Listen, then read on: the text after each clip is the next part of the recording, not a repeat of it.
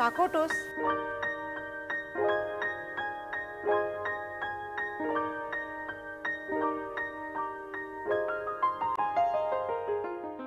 જય Jinendra, welcome to Sanjeev Kapoor ખજાના. હું છું અમીષા અને આજે હું આપની સાથે જૈન રેસીપીનો ખજાનો લઈને આવી છું.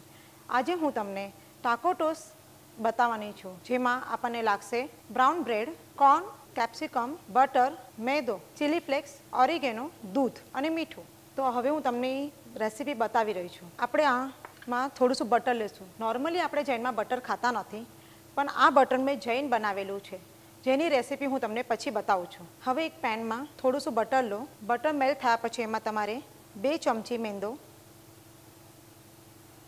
ચમચી મેંદો લઈને એને હલાવતા રહેવું. નોર્મલી આજકાલના છોકરાઓને ટાકો ટોસ જેવી વસ્તુઓ ખૂબ જ ભાવે છે. ધીમે ધીમે એને હલાવતા રહેવું. હવે આપણો બરાબર આ મિક્સ થઈ ગયું છે મેંદો અને બટર. એમાં આપણે નાખશું દૂધ. દૂધ એટલું જ નાખવું કે જેટલું તમારું થિકનેસ થાય, અને એને ધીમે ધીમે હલાવતા રહેવું. હવે આ એકદમ પ્રોપર થઈ ગયું છે. એમાં તમારે સ્વાદ અનુસાર મીઠું, ચીલી ફ્લેક્સ, ઓરિગેનો, અને પછી એને હલાવતા રહેવું. હવે એમાં કેપ્સિકમ, કોર્ન નાખીને થોડું હલાવી લો. અચ્છા, સ્ટફિંગ તમારે થોડું થીક બનાવવાનું છે, કેમ કે તમારે એને બ્રેડની અંદર સ્ટફ કરવાનું છે. આ સ્ટફિંગ રેડી થઈ ચૂક્યું છે. બ્રાઉન બ્રેડ લઈને એની અંદર આને સ્ટફ કરો.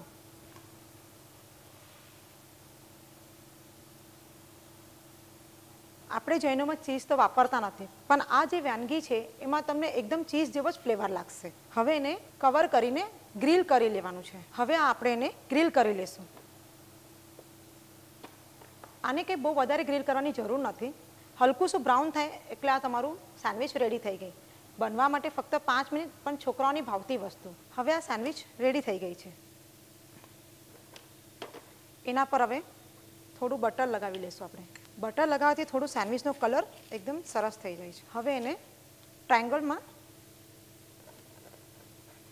કટિંગ કરીને આ સેન્ડવિચ આપણી રેડી થઈ ચૂકી છે. હવે નોર્મલી મેં તમને જેમ કીધું હતું કે આપણે જૈનમાં બટર ખાતા નથી, એટલે આજે હું તમને જૈન બટરની રેસીપી પણ બતાવું છું.